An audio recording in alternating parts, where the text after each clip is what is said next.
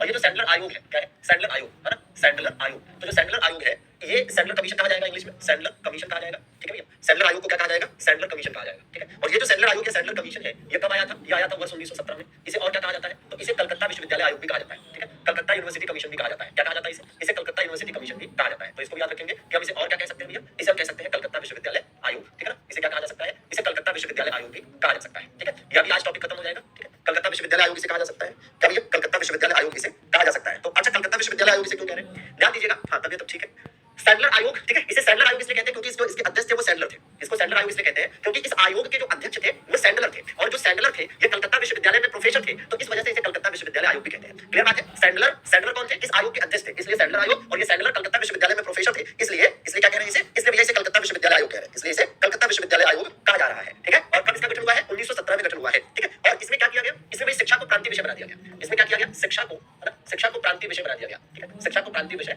बनाया गया, ठीक है? विषय बनाया। तो इसमें क्या किया गया? शिक्षा को प्रांतीय विषय बना दिया गया, ठीक है ना? मतलब ये कि एजुकेशन बिकम प्रोविंशियल सब्जेक्ट, ठीक है ना? एजुकेशन को क्या कर दिया गया? एजुकेशन बिकम प्रोविंशियल सब्जेक्ट, ठीक है? तो इसे क्या कर दिया गया? प्रोविंशियल सब्जेक्ट बना दिया गया, ठीक है? प्रोविंशियल सब्जेक्ट बना दिया गया, प्रोविंशियल सब्जेक्ट बना दिया गया। तो ये बात आपको याद रखनी है कि जो शिक्षा हुआ करता था, ये अभी तक संघीय विषय था या केंद्रीय विषय था। मतलब उस समय की जो केंद्र में सरकार होती थी उसकी जिम्मेदारी थी एक तरह से, ठीक है? मतलब ब्रिटिश सरकार की जिम्मेदारी थी, ठीक है? जो केंद्र में थी, जो पूरे देश में चल रही थी। लेकिन इस आयोग की सिफारिश पर शिक्षा को प्रांतीय विषय बना दिया गया, मतलब प्रांतों को जिम्मेदारी दे दी गई। आज की डेट में प्रांतों को क्या कहते हैं भैया? आज की डेट में प्रांतों को कहते हैं स्टेट या राज्य। आज की डेट में प्रांतों को क्या कहते हैं? तो भैया आज की डेट में प्रांतों को कहा जाता है स्टेट या राज्य। क्या कहा जाता है? स्टेट या राज्य कहा जाता है। क्लियर बात है? और क्या हुआ इसमें? तो इसमें एक चीज और ये हुई है, एक चीज ये इसमें और हुई कि भाई जो 10+2 की शिक्षा है, 10+2 की पढ़ाई या शिक्षा, है ना? 10+2 की जो शिक्षा है, 10+2 की शिक्षा विश्वविद्यालयों से हटाकर कॉलेज में कर दी गई, ठीक है ना? विश्वविद्यालयों से हटाकर कहां कर दी गई? कॉलेज में कर दी गई। विश्वविद्यालय से हटाकर कॉलेज में, मतलब स्कूलों में कर दी गई। विश्वविद्यालय से हटाकर स्कूलों में कर दी गई, ठीक है? कहां कर दी गई भैया? स्कूलों में कर दी गई, ठीक है? मतलब ये है कि आप समझिए कि भाई जो 10+2 की जो शिक्षा होती थी वो इस आयोग के पहले 10+2 की शिक्षा को क्या माना जाता था? इस आयोग से पहले 10+2 की जो शिक्षा होती थी उसे माना जाता था कि वो विश्वविद्यालय स्तर की शिक्षा है। अब इसे क्या कर दिया गया? अब इसे कर दिया गया क्या?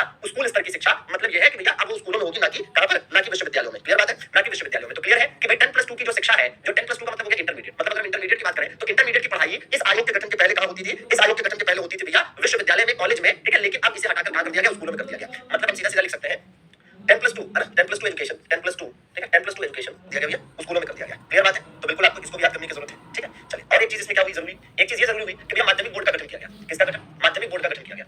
माध्यमिक बोर्ड का गठन, ठीक है? माध्यमिक बोर्ड का गठन, माध्यमिक बोर्ड का गठन, ठीक है? माध्यमिक बोर्ड का गठन। तो इसके लिए ये कर दिया गया भैया, माध्यमिक बोर्ड का गठन कर दिया गया। और माध्यमिक बोर्ड का मतलब समझ रहे हैं? माध्यमिक बोर्ड का मतलब हो गया कि भैया जहां पर 10+2 का क्या हो? जहां पर 10+2 की पढ़ाई हो सके, जहां पर 10+2 की पढ़ाई हो सके वहां कर दिया गया, ठीक है?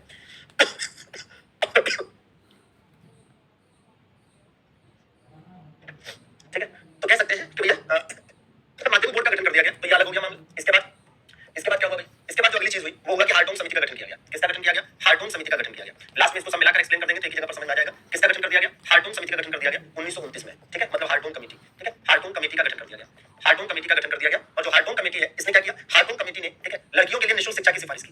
लड़कियों के लिए निःशुल्क शिक्षा की सिफारिश, लड़कियों के लिए निःशुल्क शिक्षा की सिफारिश, ठीक है? लड़कियों के लिए निःशुल्क शिक्षा, ठीक है ना? आज मतलब कह सकते हैं सीधे कि free education for girls, free education for girls, ठीक है ना? फ्री एजुकेशन फॉर गर्ल्स, ठीक है? तो बिल्कुल याद रखें, ठीक? तो हार्टोन समिति के बारे में यही एक बात है जो आपको ध्यान देनी है। हार्टोन समिति के बारे में यही एक बात है जो ध्यान देनी है कि 1929 में हार्टोन समिति का गठन हुआ जिसने लड़कियों के लिए फ्री एजुकेशन की सिफारिश की। लड़कियों के लिए क्या करी भैया? फ्री एजुकेशन की सिफारिश की। लड़कियों के लिए, गर्ल्स के लिए फ्री एजुकेशन की सिफारिश की, ठीक है ना? अजय भैया, हाँ, गर्ल्स के लिए फ्री एजुकेशन की सिफारिश की, ठीक है ना? इसके बाद और आगे बढ़े।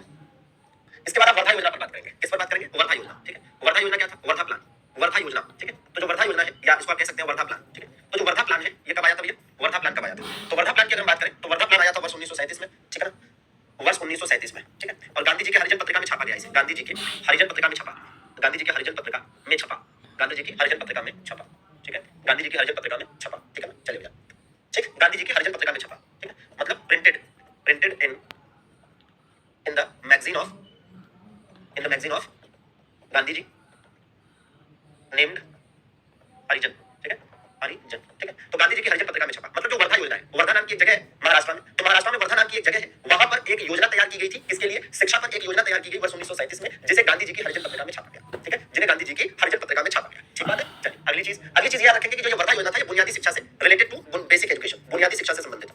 बुनियादी शिक्षा से संबंधित था। किससे संबंधित था? बुनियादी शिक्षा से संबंधित था। क्लियर है? बुनियादी शिक्षा से संबंधित था। मतलब कह सकते हैं कि related to basic education, related to basic education. तो यहां तक समझने में आई हो कि कोई दिक्कत की बात नहीं होगी, ठीक है? कि सैंडलर आयोग जो 1917 में बना, इसके अध्यक्ष सैंडलर थे, इसलिए सैंडलर आयोग। ये कलकत्ता विश्वविद्यालय में पढ़ाते थे, इसलिए कलकत्ता विश्वविद्यालय आयोग। और इस सैंडलर आयोग ने माध्यमिक बोर्ड के गठन की बात करी और 10+2 की शिक्षा को विश्वविद्यालय से हटाकर स्कूलों में कर दिया। और इसी 10+2 की शिक्षा को पूरा करने और काम कराने के लिए माध्यमिक बोर्ड का गठन हुआ और सैंडलर आयोग ने शिक्षा को क्रांति विषय बना दिया। फाल्टन समिति 1929 में आई जिसने लड़कियों के लिए निःशुल्क शिक्षा की सिफारिश की। वर्धा योजना 1937 में आई जो कि गांधी जी के हरिजन पत्रिका में छपी हुई और यह जो योजना थी बुनियादी शिक्षा से संबंधित थी, मतलब बेसिक एजुकेशन से संबंधित थी। क्लियर बात है। इसके तुरंत बाद आप देखेंगे तो क्या हुआ, इसके तुरंत बाद साथियों एक और आया क्या मामला, खेर समिति का गठन हुआ भैया। खेर समिति का गठन हुआ, खेर समिति मतलब खेर कमेटी। तो जो खेर समिति है, जो खेर समिति का गठन हुआ मतलब खेर कमेटी का गठन हुआ, ठीक है। इसमें आप ध्यान रखेंगे कि खेर कमेटी जो है या खेर समिति जो है, ठीक है, खेर कमेटी या खेर समिति जो है इसका गठन कब हुआ, 1938 में गठन हुआ, ठीक है, 1938 में गठन हुआ। It is also related to basic education, मतलब किससे संबंधित था, बुनियादी शिक्षा से संबंधित था। यह भी बुनियादी शिक्षा से, बुनियादी शिक्षा के लिए था, ठीक है, बुनियादी शिक्षा के लिए था, मतलब for basic education, for basic education. तो ये भी बेसिक एजुकेशन से ही रिलेटेड था, ये भी बेसिक एजुकेशन से ही रिलेटेड था। तो इसमें कुछ अलग से पढ़ने की जरूरत तो नहीं, ठीक है। चल अगले पर आ जाए। और अगला है आपका सार्जेंट आयोग। क्या भैया, सार्जेंट आयोग, ठीक है, क्या सार्जेंट आयोग, ठीक है। तो सार्जेंट आयोग क्या है, सार्जेंट आयोग, सार्जेंट आयोग जो है, ठीक है, मतलब आप कह सकते हैं कि सार्जेंट कमीशन, सार्जेंट कमीशन, ठीक है, सार्जेंट कमीशन। और ये जो सार्जेंट कमीशन है, ये जो सार्जेंट कमीशन है, इस सार्जेंट कमीशन की बात करें तो 1944 में, ठीक है, सार्जेंट कमीशन का गठन 1944 में हुआ और इसे, ठीक है, इसे और क्या कहा जाता है, इसे राष्ट्रीय शिक्षा योजना भी कहा जाता है, ठीक है, इसे राष्ट्रीय शिक्षा योजना भी कहा जाता है, इसे राष्ट्रीय शिक्षा योजना भी कहा गया, राष्ट्रीय शिक्षा योजना भी कहा गया, इसे राष्ट्रीय शिक्षा योजना भी कहा गया, इसे राष्ट्रीय शिक्षा योजना भी कहा गया, ठीक है, राष्ट्रीय शिक्षा योजना भी कहा गया। मतलब कह सकते हैं कि it is also known as national, ठीक है, क्या भी, it is also known as national education plan, national education plan, ठीक है, नेशनल एजुकेशन प्लान, ठीक है ना। और इसकी सिफारिश पर क्या हुआ, इसकी सिफारिश पर ये हुआ, रिकमेंडेशन पर ये हुआ कि भैया की सलाह पर या की सलाह पर मतलब इसी की सलाह पर केंद्र में शिक्षा मंत्रालय का गठन हुआ। मतलब आज की डेट में जब शिक्षा मंत्रालय देखते हैं, इसका गठन हुआ, शिक्षा मंत्रालय का गठन, ठीक है, शिक्षा मंत्रालय का गठन हुआ, ठीक है। मतलब कह सकते हैं कि फॉर्मेशन ऑफ, ठीक है, formation of central ministry of formation of, ठीक है। इस कमीशन की सिफारिश पर केंद्र में मतलब सेंटर में पहली बार शिक्षा मंत्रालय का गठन हुआ। किसका गठन हुआ, शिक्षा मंत्रालय का गठन हुआ, ठीक है। क्या है ये, सार्जेंट आयोग। इसके बाद क्या है, इसके बाद आ जाइए राधा कृष्णन आयोग पर। इसके बाद क्या भैया, राधा कृष्णन आयोग। तो अगर राधा कृष्णन आयोग की बात करें, राधा कृष्णन आयोग, ठीक है, राधा कृष्णन आयोग, राधा कृष्णन, ठीक है, कमीशन, राधा कृष्णन कमीशन, ठीक है, राधा कृष्णन कमीशन, ठीक है, राधा कृष्णन कमीशन, ठीक है। अब ये जो राधा कृष्णन कमीशन है, राधा कृष्णन कमीशन का गठन पहली बात तो 1948 में हुआ, ठीक है। राधा कृष्णन कमीशन का जो गठन है 1948 में हुआ और इन्होंने एक सिफारिश दी थी, एक रिकमेंडेशन दिया था, एक सलाह दी थी और इनकी सलाह थी कि शिक्षा को समवर्ती सूची में रखा जाए, ठीक है, शिक्षा को समवर्ती सूची में रखा जाए, शिक्षा को समवर्ती सूची में रखना, है ना, शिक्षा को समवर्ती सूची में रखने की सिफारिश इन्होंने की थी, ठीक है। मतलब इन्होंने कहा था कि to keep education in concurrent list, ठीक है, कॉन्करेंट लिस्ट। तो मतलब इन्होंने जो सिफारिश की, ठीक है ना, हाँ जी, इन्होंने सिफारिश की कि भाई शिक्षा को क्या किया जाए, समवर्ती सूची में रखा जाए, शिक्षा को समवर्ती सूची में रखा जाए। और अगली बात क्या है भाई, ये आप देखेंगे तो आजादी के बाद शिक्षा में सुधार के लिए गठित पहला आयोग था। ऐसे भी क्वेश्चन पूछा गया है कि आजादी के बाद शिक्षा में सुधार के लिए गठित पहला आयोग कौन सा था, तो आप बताएंगे राधा कृष्णन आयोग, ठीक है ना। अच्छा भैया, राधा कृष्णन आयोग को विश्वविद्यालय शिक्षा आयोग भी कहा जाता है। क्या कहा जाता है इसे विश्वविद्यालय शिक्षा आयोग भी कहते हैं। क्या कहते हैं, विश्वविद्यालय शिक्षा आयोग भी कहा जाता है, विश्वविद्यालय शिक्षा आयोग भी इसे कहा जाता है, ठीक है। मतलब कह सकते हैं कि यूनिवर्सिटी एजुकेशन कमीशन, ठीक है ना, university education commission, university education commission, ठीक है, यूनिवर्सिटी एजुकेशन कमीशन, ठीक है ना। चलिए, यूनिवर्सिटी एजुकेशन कमीशन, ठीक है ना, अरे यूनिवर्सिटी एजुकेशन कमीशन भी इसे कहा जाता है, ठीक है। तो बिल्कुल याद करने की जरूरत है, ठीक है। अरे चलिए, यूनिवर्सिटी एजुकेशन कमीशन, क्लियर बात हो गई यहाँ तक। इसके बाद और आगे बढ़े, तो इसके बाद और आगे बढ़ेंगे तो देखते हैं और क्या है इसके बाद। देखिए, इसके बाद आपको याद रखना है आचार्य नरेंद्र देव समिति, ठीक है, आचार्य नरेंद्र देव समिति, आचार्य नरेंद्र देव समिति, आचार्य नरेंद्र देव समिति। तो एक बार लिख लीजिए, फिर अभी हम एक्सप्लेन कर देंगे फिर से पूरा, ठीक है। आचार्य नरेंद्र देव समिति मतलब कह सकते हैं कि आचार्य नरेंद्र देव कमेटी, आचार्य नरेंद्र देव कमेटी, आचार्य नरेंद्र देव, ठीक है, कमेटी, आचार्य नरेंद्र देव कमेटी, ठीक है। आचार्य नरेंद्र देव कमेटी जो है, ठीक है, आचार्य नरेंद्र देव कमेटी का गठन हुआ था वर्ष 1953 में। कब गठन हुआ, वर्ष 1953 में इसका गठन हुआ। और आचार्य इसका गठन हुआ था, इसका गठन हुआ था उत्तर प्रदेश में माध्यमिक बोर्ड, उत्तर प्रदेश में जो माध्यमिक बोर्ड है, उत्तर प्रदेश में माध्यमिक बोर्ड, ठीक है, उत्तर प्रदेश में माध्यमिक बोर्ड के गठन पर पुनर्विचार हेतु, के गठन पर पुनर्विचार हेतु, ठीक है। एक्चुअली में हुआ क्या कि इसकी इंपॉर्टेंस क्यों है, इसकी इंपॉर्टेंस इसलिए है, ठीक है ना, इसकी इंपॉर्टेंस इसलिए है क्योंकि इसकी इंपॉर्टेंस इस वजह से है क्योंकि कंकरेंट लिस्ट का मतलब होता है समवर्ती सूची, ठीक है, जिस पर संघ और राज्य दोनों कानून बना सकते हैं। आचार्य नरेंद्र समिति का इंपॉर्टेंस इस वजह से क्योंकि इसे गठित तो किया गया था उत्तर प्रदेश के माध्यमिक बोर्ड के पुनर्गठन पर विचार करने के लिए, लेकिन ठीक है ना, लेकिन आगे चलकर इसे अन्य राज्यों ने भी अपनाया, ठीक है ना, इसे अन्य राज्यों ने भी अपनाया, ठीक है। तो इस वजह से ये इंपॉर्टेंट है, ठीक है, इस वजह से ये काफी इंपॉर्टेंट हो जाता है, ठीक है। अब अगली बात है यूजीसी का गठन। किसका भैया, यूजीसी का गठन, यूजीसी यूनिवर्सिटी ग्रांट कमीशन होता है, ठीक है, इसका फुल फॉर्म यूजीसी का गठन। तो यूजीसी का मतलब है यूनिवर्सिटी ग्रांट कमीशन, है ना, university grant commission, university grant commission, ठीक है, यूनिवर्सिटी ग्रांट कमीशन। तो जो यूनिवर्सिटी ग्रांट कमीशन है इसके गठन की बात देख लीजिए, ठीक है, यूनिवर्सिटी ग्रांट कमीशन। तो यूनिवर्सिटी ग्रांट कमीशन की न्यू कब पड़ी, न्यू मतलब फाउंडेशन, ठीक है, न्यू मींस फाउंडेशन कह लीजिए। तो इसकी फाउंडेशन मानी जाती है 1953 में, है ना, और it was done by first education minister of independent India Abul Kalam Azad, ठीक है ना, अबुल कलाम आजाद, ठीक है। But it was established in, establishment की डेट पूछेंगे तो 1956, क्या बताएंगे भैया, 1956। और फर्स्ट हेड कौन था इसका, तो फर्स्ट हेड मतलब इसका पहला प्रमुख कौन था, तो ये शांति स्वरूप भटनागर। कौन थे, शांति स्वरूप भटनागर, ठीक है ना, शांति स्वरूप भटनागर, ठीक है, शांति स्वरूप भटनागर कौन था, शांति स्वरूप भटनागर, ठीक है ना। अरे भैया शांति स्वरूप पढ़ना, ठीक है। तो ये एज इट इज याद करने की जरूरत है। और इसके बाद आप देखिएगा, इसके बाद आप अगली बात देखेंगे वो ये है कोठारी आयोग याद करिए। क्या भैया? कोठारी आयोग, ठीक है। कोठारी आयोग की बात हुआ था 1964 में, मतलब कह सकते हैं कि कोठारी कमीशन, ठीक है। क्या कह सकते हैं भैया? कोठारी कमीशन कह सकते हैं। और इस कोठारी कमीशन इंपॉर्टेंट क्यों था? क्योंकि इसी कोठारी कमीशन की सिफारिश पर भारत की पहली राष्ट्रीय शिक्षा नीति आई थी। तो जब भारत की पहली राष्ट्रीय शिक्षा नीति आई, भारत की पहली राष्ट्रीय शिक्षा नीति जो आई थी, कब आई थी? 1968 में आई थी। मतलब कह सकते हैं कि first ever national education policy, first ever national education policy, first ever national education policy, ठीक है।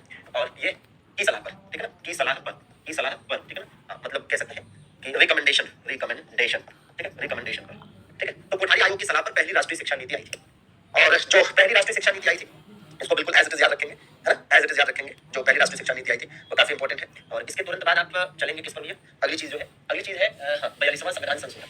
42वां संविधान संशोधन क्यों इंपॉर्टेंट है? तो देखिएगा 42वां संविधान संशोधन इसलिए इंपॉर्टेंट है, संशोधन का मतलब होता है अमेंडमेंट, कॉन्स्टिट्यूशनल अमेंडमेंट की बात हो रही है ना, कॉन्स्टिट्यूशनल अमेंडमेंट की बात हो रही है। और जो 42वां संविधान संशोधन हुआ इसके तहत क्या किया गया? शिक्षा को समवर्ती सूची बना दिया गया, शिक्षा को समवर्ती सूची बना दिया गया, ठीक है ना, शिक्षा को समवर्ती सूची में डाल दिया गया, ठीक है ना, सूची में, है ना, रखा गया, ठीक है, रखा गया, ठीक। अच्छा, मतलब कह सकते हैं कि एजुकेशन बिकम, ठीक है, सब्जेक्ट ऑफ कॉन्करेंट लिस्ट। एक मिनट, ठीक है, मतलब कह सकते हैं कि एजुकेशन बिकम, ठीक है, सब्जेक्ट ऑफ, अभी ध्यान दीजिए, ठीक है ना, हाँ जी। तो education become subject of concurrent list. जैसा कि आप देख रहे हैं कि यहाँ पर राधा कृष्ण आयोग ने शिक्षा को समवर्ती सूची में रखने की सिफारिश की थी। तो पहला आयोग जिसने शिक्षा को समवर्ती सूची में रखने की सिफारिश की वो कौन था? राधा कृष्ण आयोग था। और राधा कृष्ण आयोग की इस सलाह को, इस रिकमेंडेशन को 42वें संविधान संशोधन द्वारा मान लिया गया और शिक्षा तब से आज तक समवर्ती सूची में है, ठीक है ना, हाँ जी। अगली बात भाई, अगली बात है कि सेकंड, मतलब दूसरी राष्ट्रीय शिक्षा नीति, दूसरी राष्ट्रीय शिक्षा नीति, ठीक है, दूसरी राष्ट्रीय शिक्षा नीति, ठीक है, ये कब आई है? मतलब कह सकते हैं क्या भैया?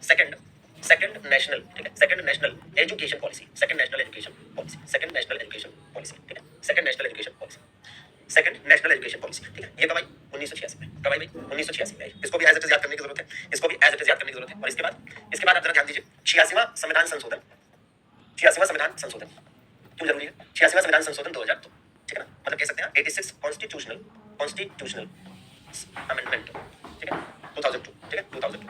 अब इसमें मामला क्या है? इसमें मामला ये है कि आप देखेंगे कि ये जो है आर्टिकल 21A से रिलेटेड था, आर्टिकल 45 से रिलेटेड था, ठीक है, आर्टिकल 45 से रिलेटेड था, और रिलेटेड था आर्टिकल 51A से, ठीक है। आर्टिकल 51A का 11th मौलिक कर्तव्य, 11th मौलिक कर्तव्य मतलब फंडामेंटल ड्यूटीज, 11th मौलिक कर्तव्य या फंडामेंटल ड्यूटीज, ठीक है। तो आर्टिकल 21A में क्या रखा गया? राइट टू एजुकेशन, क्या रखा गया? Right to education, right to education, ठीक है, मतलब शिक्षा का अधिकार, शिक्षा का अधिकार, ठीक है, शिक्षा का अधिकार रखा गया, ठीक है, शिक्षा का अधिकार, ठीक है। कितने भैया? 6 से 14 वर्ष के जो बच्चे हैं, 6 से 14 वर्ष के जो बच्चे हैं उनके लिए, 6 से 14 वर्ष के बच्चों के लिए, ठीक है ना, अजी भाई, ठीक। अनुच्छेद 45 इसमें क्या कहा गया कि भैया 0 से 6 वर्ष के बच्चों के लिए, ठीक है, 0 से 6 वर्ष के बच्चों के लिए अनिवार्य एवं निःशुल्क शिक्षा, अनिवार्य, ठीक है, एवं निःशुल्क शिक्षा, निःशुल्क शिक्षा, ठीक है, अनिवार्य एवं निःशुल्क शिक्षा, मतलब कह सकते हैं कि compulsory and free education, compulsory and, ठीक है। और यहाँ पर क्या हो गया? यहाँ पर ये हुआ कि 6 से 14 वर्ष के बच्चों को, है ना, 6 से 14 वर्ष के बच्चों को शिक्षा के संसाधन उपलब्ध कराना, शिक्षा के संसाधन, ठीक है, शिक्षा के संसाधन उपलब्ध कराना, उपलब्ध, ठीक है, उपलब्ध कराना, ठीक है, कराना क्या हो गया? कर्तव्य हो गया। किसका भैया? माता पिता या गार्जियन का, है ना। It is duty of parents और गार्जियन टू अवेल, है ना, facilities of education to their childs, ठीक है, ऑफ 6 to 14 ईयर एज, ठीक है। तो ऐसे बच्चे जिनकी 6 से 14 वर्ष की उम्र है, ऐसे बच्चों के पेरेंट्स का ड्यूटी हो गया, मौलिक कर्तव्य हो गया, फंडामेंटल ड्यूटी हो गया कि वो अपने बच्चों को क्या कर सके भैया? एजुकेशन की फैसिलिटी अवेलेबल कराएं, ठीक है ना। तो 86वां संविधान संशोधन जो 2002 में आया, इसमें 3 बातें हुई। अनुच्छेद 21A इसे जोड़ा गया, अनुच्छेद 21A को क्या किया गया था? इसे ऐड किया गया था, जोड़ा गया था। और ये क्या है? ये फंडामेंटल राइट है। ये क्या है? ये फंडामेंटल राइट है। आर्टिकल 45 में केवल संशोधन हुआ, ये क्या है? ये डीपीएसपी है। ये क्या है? ये डीपीएसपी है। और आर्टिकल 51A में 11वां मौलिक कर्तव्य जोड़ा गया, ये फंडामेंटल ड्यूटी है, ठीक है, फंडामेंटल ड्यूटी है। तो मतलब आर्टिकल 21A मौलिक अधिकार में जुड़ा और आर्टिकल 51A के अंतर्गत 11वां मौलिक कर्तव्य भी जुड़ा, लेकिन अनुच्छेद 45 में केवल बदलाव हुआ। जहां पहले यहाँ 0 से 14 वर्ष के बच्चों की बात होती थी, इस संविधान संशोधन ने 0 से 14 के बजाय यहाँ 0 से 6 वर्ष का प्रोविजन कर दिया। ये आप और अच्छे से समझ पाएंगे जब आप इसे पॉलिटी में पढ़ेंगे संविधान संशोधन के अंतर्गत, ठीक है। और अभी इसको एक बार और एक्सप्लेन करेंगे, यहाँ तक आएंगे। तो फिलहाल इसको एज इट इज याद रखिए। अगली बात है आरटीई एक्ट। अगली बात क्या है? RTE act. और जो आरटीई एक्ट है इसके बारे में क्या ध्यान देना है? आरटीई एक्ट के बारे में 2 बातें, क्या? एक तो ये पास कब हुआ और दूसरा इंप्लीमेंट अर्थात लागू कब हुआ, है ना। दूसरा क्या है भाई? इंप्लीमेंट अर्थात लागू कब। ये 2 बातें ही याद रखिए, ठीक है। तो ये पास हुआ था कब? ये पास हुआ था 2009, ठीक है। लागू कब हुआ था? लागू हुआ था 1 अप्रैल 2010, 1 अप्रैल 2010, ठीक है। आरटीई एक्ट क्या होता है? तो क्या होता है? तो सीधी सी बात है, right to education act, right to education act, right to education act है, ठीक है। राइट टू एजुकेशन, देखिए 2 चीजें। अगर आपसे डीपीएसपी क्या होता है? फंडामेंटल राइट के बाद आता है, भाग 4 में होता है। डीपीएसपी विस्तार से जानने के लिए क्या होता है वो हम पॉलिटी में पढ़ेंगे। या केवल इतना जानिए कि डीपीएसपी का मतलब है directive principle of state policies, अर्थात राज्य के नीति निर्देशक तत्व का एक अनुच्छेद है 45, जिसका जिक्र यहाँ पर हो रहा है, ठीक है। बाकी पॉलिटी में पढ़ेंगे विस्तार पूर्वक कि व्हाट इज डीपीएसपी, ठीक है। तो अगर ध्यान दीजिए, अगर आपसे कभी पूछे कि राइट टू एजुकेशन कब आया, देखो राइट टू एजुकेशन बोलना अर्थात शिक्षा का अधिकार बोलना अलग बात है, और उसमें एक्ट वर्ड को जोड़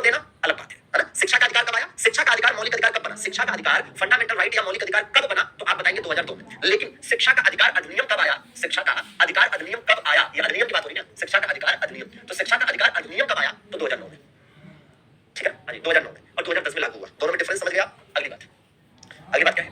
नई, है ना, नई राष्ट्रीय शिक्षा नीति, नई राष्ट्रीय शिक्षा नीति, नई राष्ट्रीय शिक्षा नीति, नई राष्ट्रीय शिक्षा नीति, मतलब आप कह सकते हैं नई, या इसको आप थर्ड भी कह सकते हैं, ठीक है, मतलब new national education policy, new national education policy, new national education policy.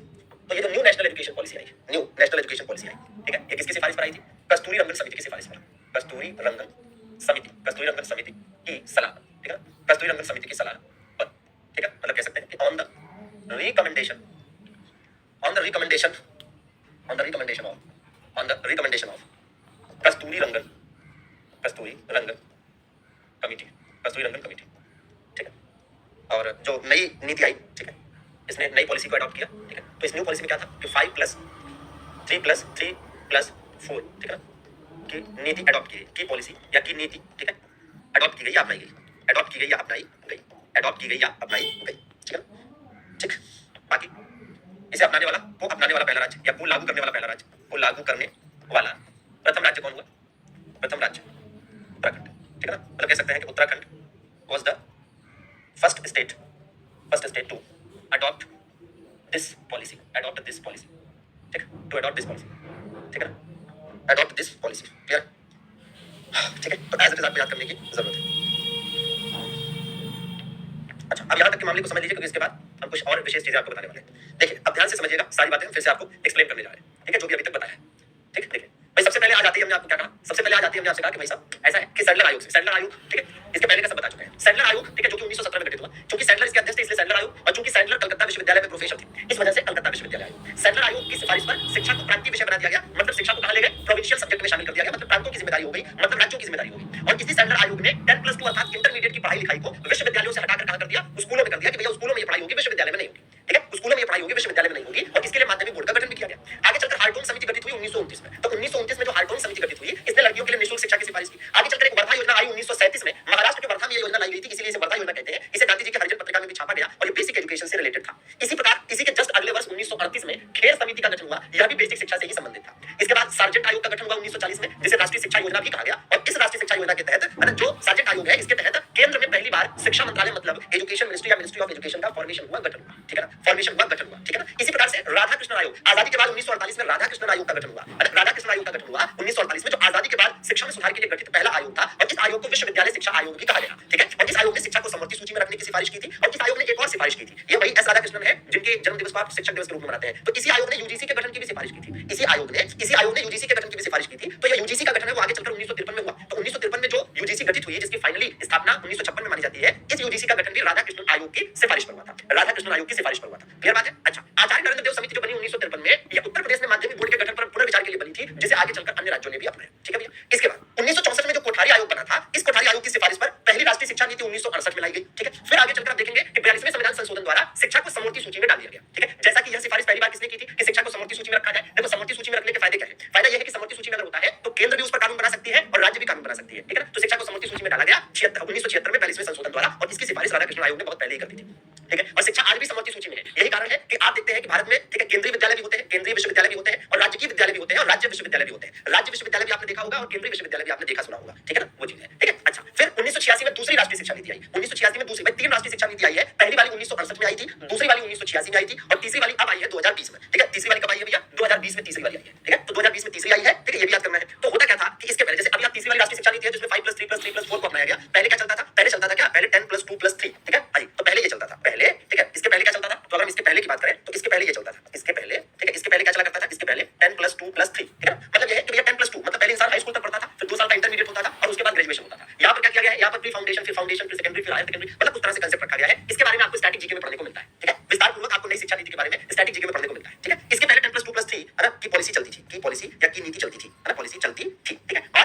फिर आप देखिए, चलिए, तो ये बात क्लियर हो गई कि भैया 10+2+3 की जगह पर 5+3+3+4 को लाया गया, ठीक है भैया। अच्छा, इसके बाद ये 86वां संविधान संशोधन तो क्लियर ही है कि भैया अनुच्छेद 21(a) के तहत मौलिक अधिकार बना दिया गया शिक्षा के अधिकार को। अनुच्छेद 45 जो कि राज्य का नीति निर्देशक सिद्धांत है, ठीक है, इसमें पहले 0 से 14 वर्ष के बच्चों की बात होती थी, इसमें 0 से 6 वर्ष के बच्चों की बात अब की गई, और अनुच्छेद 51(a) के तहत 11वां मौलिक कर्तव्य शामिल किया गया, ठीक है ना। अच्छा भैया, इसके बाद राइट टू एजुकेशन एक्ट का बता दिया कि 2009 में पास हुआ, 2010 में लागू हुआ। ध्यान रहे कि शिक्षा का अधिकार कब आया? 2002 में आया, और शिक्षा का अधिकार अधिनियम कब आया? तो 2009 में आया, ठीक है। तो शिक्षा का अधिकार 2002 में, लेकिन शिक्षा का अधिकार अधिनियम 2009 2009 में, ठीक है ना। अच्छा भैया, तो ये तीसरी राष्ट्रीय शिक्षा नीति खैर आप समझ गए होंगे, इसमें कहीं से दिक्कत की बात नहीं है। अब एक अंतिम और जरूरी चीज ले लीजिए, वीके का जीके स्पेशल, फिर ये टॉपिक खत्म हो और आज की क्लास में क्या है वीके का जीके स्पेशल।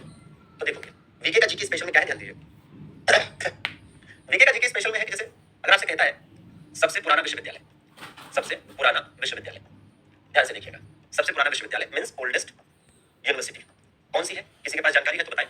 सबसे पुराना विश्वविद्यालय, ठीक है ना। हाँ, सबका ये याद करना पड़ेगा, कोई भी नहीं छोड़ना है, इसमें सब इंपॉर्टेंट है ना। सबसे पुराना विश्वविद्यालय। अगली बात, इसी प्रकार से आपसे पूछ सकता है कि पहला केंद्रीय विश्वविद्यालय, पहला केंद्रीय विश्वविद्यालय, ठीक है, मतलब कह सकते हैं कि first central university, first central university, first central university, first central university. अगली बात, ठीक है, फर्स्ट सेंट्रल यूनिवर्सिटी। इसी प्रकार से पहला खुला विश्वविद्यालय, पहला खुला विश्वविद्यालय, ठीक है, मतलब first open university, first open university, ठीक है। इसी प्रकार से पहला महिला विश्वविद्यालय, पहला महिला विश्वविद्यालय, ठीक है, मतलब first women's university, first women's university, first women's university, ठीक है, फर्स्ट वुमेन्स यूनिवर्सिटी। इसी प्रकार से भाई पहला इंजीनियरिंग कॉलेज, पहला इंजीनियरिंग कॉलेज, पहला इंजीनियरिंग कॉलेज, ठीक है, पहला आईआईटी, पहला आईआईटी, फिर पहला दिव्यांग विश्वविद्यालय, पहला दिव्यांग विश्वविद्यालय, ठीक है, मतलब फर्स्ट यूनिवर्सिटी फॉर डिसेबल्ड, ठीक है, disabled, first university for disabled, ठीक है। इसी प्रकार से पहला योग विश्वविद्यालय, पहला योगा विश्वविद्यालय, मतलब योगा यूनिवर्सिटी, ठीक है, पहला योगा यूनिवर्सिटी। और आगे पहला वन विश्वविद्यालय, या पहले वन पे ना आकर महिला हो गया, ठीक है। एक और यहाँ पर आता है जो पहले भी शायद बताया था आपको, शिक्षा का प्राचीनतम केंद्र, शिक्षा का प्राचीनतम केंद्र, ठीक है, मतलब oldest education centre, oldest education centre, oldest education centre. Engineering college का हो गया है, ठीक है। नए वाले में अब इसके बाद जो भी आएगा वो नए वाले का है, ठीक है। तो नए वाले में थोड़ा सा चलेंगे।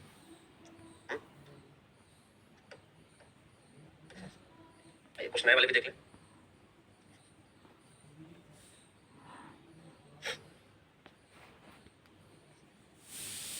नए वाले में जैसे ट्रांसजेंडर विश्वविद्यालय, पहला ट्रांसजेंडर विश्वविद्यालय, पहला ट्रांसजेंडर विश्वविद्यालय, ठीक है, मींस फर्स्ट ट्रांसजेंडर यूनिवर्सिटी, या कह सकते हैं फर्स्ट यूनिवर्सिटी फॉर ट्रांसजेंडर्स, ठीक है, ठीक है, ठीक है, फर्स्ट ट्रांसजेंडर यूनिवर्सिटी मतलब यूनिवर्सिटी फॉर ट्रांसजेंडर्स। अगली चीज पहला रेल विश्वविद्यालय, रेल विश्वविद्यालय, ठीक है, यूनिवर्सिटी फर्स्ट मतलब रेल यूनिवर्सिटी, ठीक है, फर्स्ट रेलवे यूनिवर्सिटी। अगला पहला, ठीक है, रेल विश्वविद्यालय हो गया। इसी प्रकार से पहला गति शक्ति विश्वविद्यालय, गति शक्ति विश्वविद्यालय यूनिवर्सिटी, गति शक्ति यूनिवर्सिटी। इसी प्रकार से पहला खेल विश्वविद्यालय मतलब स्पोर्ट्स यूनिवर्सिटी, स्पोर्ट्स यूनिवर्सिटी, ठीक है। फिर इसी प्रकार से पहला डिजिटल यूनिवर्सिटी, पहली डिजिटल यूनिवर्सिटी, ठीक है। फिर इसी प्रकार से भाई पहला वन विश्वविद्यालय, पहला वन विश्वविद्यालय, ठीक है, मतलब फॉरेस्ट यूनिवर्सिटी, फॉरेस्ट यूनिवर्सिटी, ठीक है, फॉरेस्ट यूनिवर्सिटी। और इसी प्रकार से पहला आयुष विश्वविद्यालय, पहला आयुष विश्वविद्यालय, ठीक है, मतलब आयुष, आयुष यूनिवर्सिटी, आयुष यूनिवर्सिटी। और पहला बालिका सैनिक स्कूल, पहला बालिका सैनिक स्कूल, पहला बालिका सैनिक स्कूल, ठीक है, पहला बालिका सैनिक स्कूल, ठीक है, मतलब पहला बालिका सैनिक स्कूल, ये भी काफी फेमस रहा हाल ही में, पहला बालिका सैनिक स्कूल। और कुछ ऐसा जो बच रहा है, रेलवे हो गया, खुला विश्वविद्यालय हो गया, AIIMS all India institute of medical science, तो वो भी लिख सकते हैं, पहला AIIMS all India institute of medical science, ठीक है, all India institute of medical science, ठीक। अब मुझे लगता है कुछ ऐसा है जो बचा हुआ है ना, एक बार आप भी देख सकते हैं, देखो इसको फटाफट लिख दे, खत्म हो जाए। शिक्षा का प्राचीनतम केंद्र तक्षशिला, नाम है तो हिंदी में सब यही रहेगा, लिख लीजिएगा। सबसे पुराना विश्वविद्यालय नालंदा, नालंदा बिहार में पड़ता है, तक्षशिला पाकिस्तान में पड़ता है। पहला केंद्रीय विश्वविद्यालय बीएचयू बनारस हिंदू विश्वविद्यालय, पहला खुला विश्वविद्यालय हैदराबाद, ठीक है, हैदराबाद, ठीक है। पहला महिला विश्वविद्यालय बम्बई, बम्बई, इसमें तो क्या पूछा जाता है कि किसके द्वारा, तो डीके कर्वे के द्वारा स्थापित किया गया था, डीके कर्वे के द्वारा, ठीक है। 1916 में बीएचयू स्थापित हुआ था मदन मोहन मालवीय के द्वारा, मदन मोहन मालवीय के द्वारा। पहला इंजीनियरिंग कॉलेज जो है ये कौन सा था भैया, तो पहला इंजीनियरिंग कॉलेज जो था ये था आपका आईआईटी खड़गपुर, है ना, sorry IIT Roorkee, IIT Roorkee, IIT Roorkee, ठीक है, रुड़की उत्तराखंड में, आईआईटी रुड़की उत्तराखंड। और पहला आईआईटी था आईआईटी खड़गपुर, आईआईटी खड़गपुर कहाँ पड़ता है, ये पड़ता है बंगाल में, ठीक है, पहला दिव्यांग चित्रकूट उत्तर प्रदेश रामभद्राचार्य के नाम पर है। पहला योग विश्वविद्यालय मुंगेर मुंगेर बिहार, ठीक है। पहला ट्रांसजेंडर विश्वविद्यालय कुशीनगर उत्तर प्रदेश कुशीनगर उत्तर प्रदेश। पहला रेल विश्वविद्यालय इम्फाल मणिपुर इम्फाल मणिपुर, ठीक है। पहला गति शक्ति विश्वविद्यालय बड़ोदरा गुजरात बड़ोदरा गुजरात, ठीक है। पहला खेल विश्वविद्यालय पहला रेल विश्वविद्यालय भी बड़ोदरा गुजरात ही है बड़ोदरा गुजरात, ठीक है, बड़ोदरा गुजरात। पहला खेल विश्वविद्यालय जो है ये इम्फाल में है इम्फाल मणिपुर। पहला डिजिटल विश्वविद्यालय केरला में है। पहला वन विश्वविद्यालय हैदराबाद में स्थापित हो रहा है हैदराबाद में। पहला आयुष विश्वविद्यालय हरियाणा में स्थापित हुआ, ठीक है, हरियाणा में। पहला बालिका सैनिक स्कूल मथुरा में मथुरा उत्तर प्रदेश में स्थापित हुआ।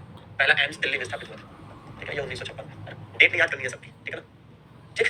अब जरा इसको एज इट इज ध्यान रखेंगे कि ये हो गया आपका, ठीक है, वीके का जीके स्पेशल। आई होप कि मजा आया होगा। ये इंपॉर्टेंट पॉइंट्स जो है लास्ट के, ये आप इसको स्टैटिक जीके का समझिए या हिस्ट्री का समझिए, हमने आपको बता दिया है, ठीक है भैया। चलिए, तो इसी के साथ ये टॉपिक समाप्त होता है, ठीक है, इसी के साथ ये टॉपिक समाप्त हो गया है। और अब हमारी आपकी जब अगले सेशन में मुलाकात होगी तो हम नए टॉपिक के साथ मिलेंगे। बाकी 4 बजे वाली क्लास जो यूट्यूब पर चलती है वो चलती रहेगी, ठीक है ना। धन्यवाद, थैंक यू वेरी मच।